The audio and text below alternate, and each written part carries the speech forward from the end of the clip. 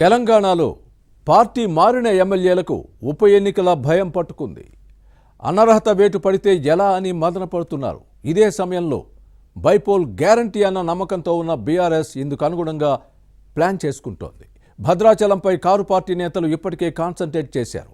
గత ఎన్నికల్లో ఇక్కడి నుంచి బీఆర్ఎస్ ఎమ్మెల్యేగా గెలిచి ఆ తర్వాత కాంగ్రెస్లో చేరిన తెల్లం వెంకట్రావు తన పరిస్థితి ఎలా ఉంటుందోనని టెన్షన్ పడుతున్నారు. భద్రాచలం ఉప ఎన్నికపై ఫోకస్ పెట్టిన పార్టీల ఆలోచనలేంటి? Was this inside story.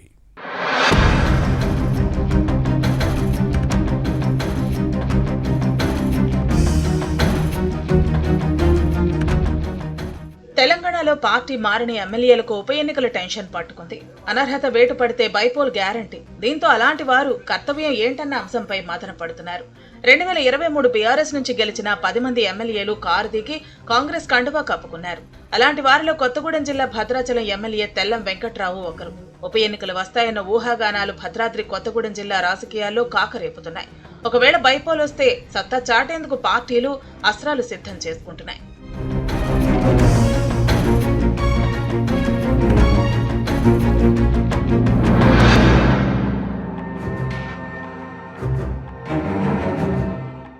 ఉప ఎన్నిక వస్తే భద్రాచలం ఎమ్మెల్యే తెల్లం వెంకట్రావు పరిస్థితి ఏంటనే అంశంపై చర్చ సాగుతోంది. గట్టెక్కుతారా లేదా అని పొలిటికల్ సర్కిల్స్ లో టాక్ నడుస్తోంది. 2023 అసెంబ్లీ ఎన్నికల్లో కాంగ్రెస్ టికెట్ దక్కకపోవడంతో బీఆర్ఎస్ తరపున బరిలో దిగిన వెంకట్రావు కాంగ్రెస్ అభ్యర్థి పొదెం వీరయ్యపై గెలిచారు.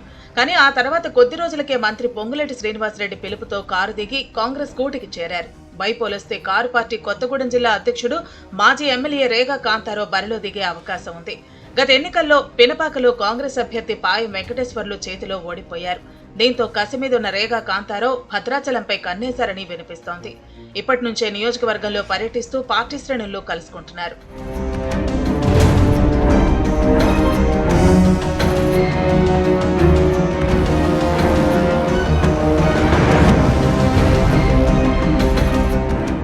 కారు పార్టీ అధినేత కేసీఆర్ తో పాటు వర్కింగ్ ప్రెసిడెంట్ కేటీఆర్ రేగా కాంతారావుకు గ్రీన్ సిగ్నల్ ఇచ్చినట్లు సమాచారం.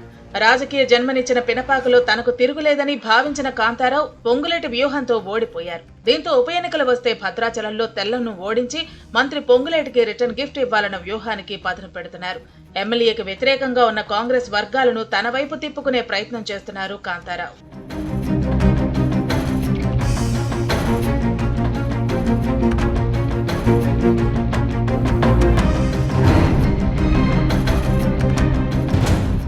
మరోవైపు భద్రాచలం నియోజకవర్గం ఒకప్పుడు సిపిఎం కంచుకోట. ఉమ్మడి రాష్ట్రంలో 9 సార్లు ఎర్రదళం గెలిచింది. తెలంగాణ ఆవిర్భావం తర్వాత కూడా సిపిఎం ఎమ్మెల్యే సున్నం రాజయ్య ఇక్కడి నుంచి ప్రాతినిధ్యం వహించారు. కానీ ఆ తర్వాత వరుస ఓటములతో ఎర్రన్నలకు కోలుకోలేని దెబ్బ తగిలింది. ఉప ఎన్నిక వస్తే అరుణ పతాకం ఎగరేయాలన్న ప్లాన్లో ఉంది. బీజేపీ కూడా బరిలో దిగి అదృష్టాన్ని పరీక్షించుకోవాలన్న ఆలోచన చేస్తోంది. ఏపీలో టీడీపీ జనసేనతో కమలదళం పొత్తులో ఉంది. దీంతో ఇక్కడ జట్టు కట్టి భద్రాచలం బరిలో దిగి బోణి కొట్టాలన్న కార్యాచరణకు పదును పెడుతోందట కాషాయ సేన. తమ కేడర్ బలం చూపించేందుకు పోటీ చేయాలన్న ఆలోచనలో తెలుగుదేశం ఉందని టాక్.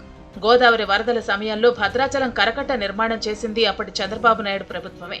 ఉమ్మడి రాష్ట్రంలో ఈ ప్రాంతంలో జరిగిన అభివృద్ధిని ప్రజల్లోకి తీసుకెళ్లి ప్రత్యర్థులకు గట్టి పోటీ ఇవ్వచ్చన్నది టీడీపీ నేతల ఆలోచన. ఏం జరుగుతుందో చూడాలి.